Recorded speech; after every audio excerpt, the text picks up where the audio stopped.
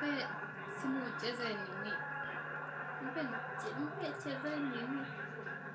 Pe cheze nini?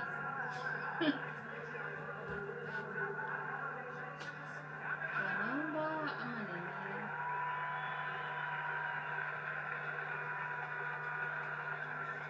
Basha siniambie umeiva aje? Ndio nikalale sasa. Utapata pesa. Mlina Nakwambia tutapata ndo. Kipa alikuwa coach alikuwa Tunisia man. Angefanya nothing.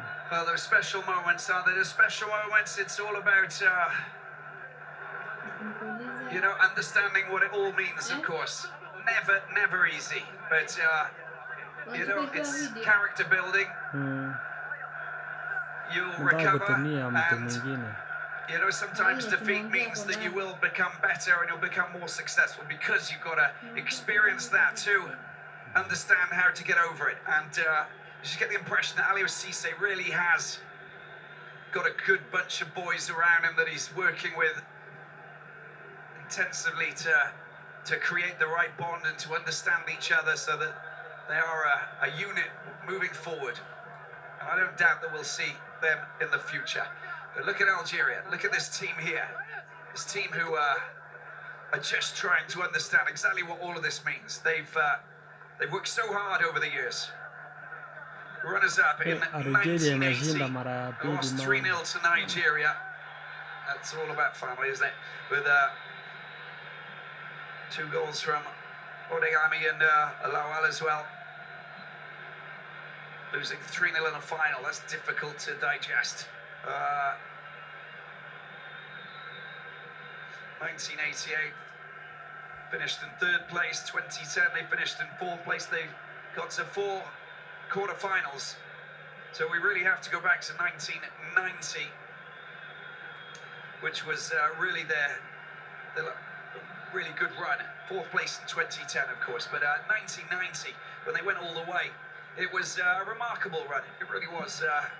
They were firing goals like it was going out of fashion, as we see Senegal going over to just give back some of the credit to these fans who have come here and got behind the Lions of Teranga.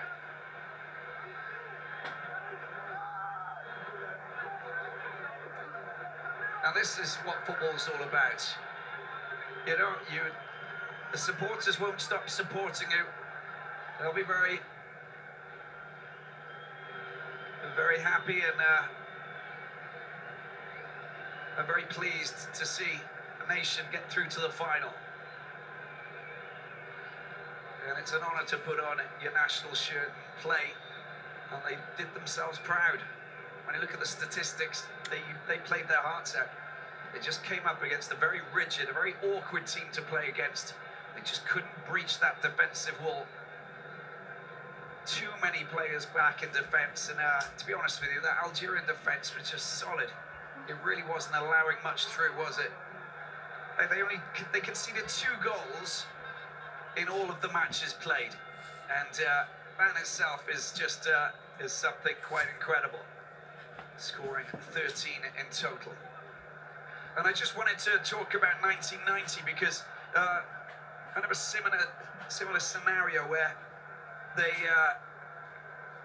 scored 10 goals in the 3 Group A matches that they played. They beat Nigeria 5-1, then Côte d'Ivoire 3-0, Egypt 2-0. And then they beat Senegal in the semi-finals 2-1, of course.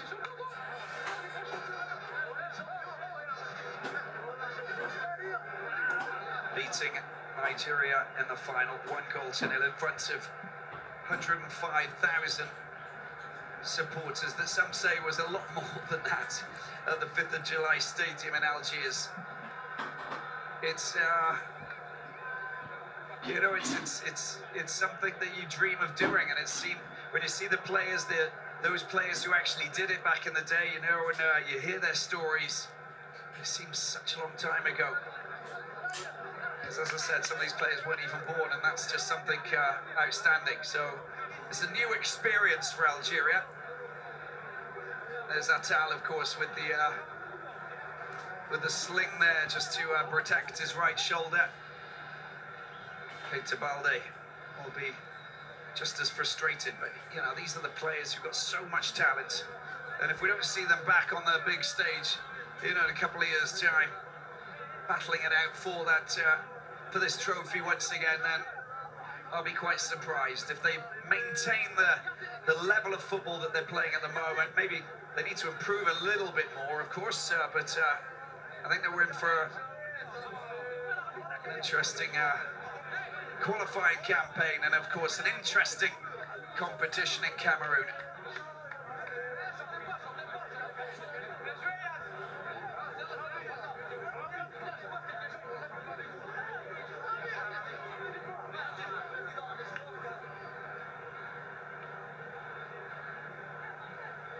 Well, they're going to be given the tunnel of honour, the Senegalese players, as they come through and receive their losers' medals, of course.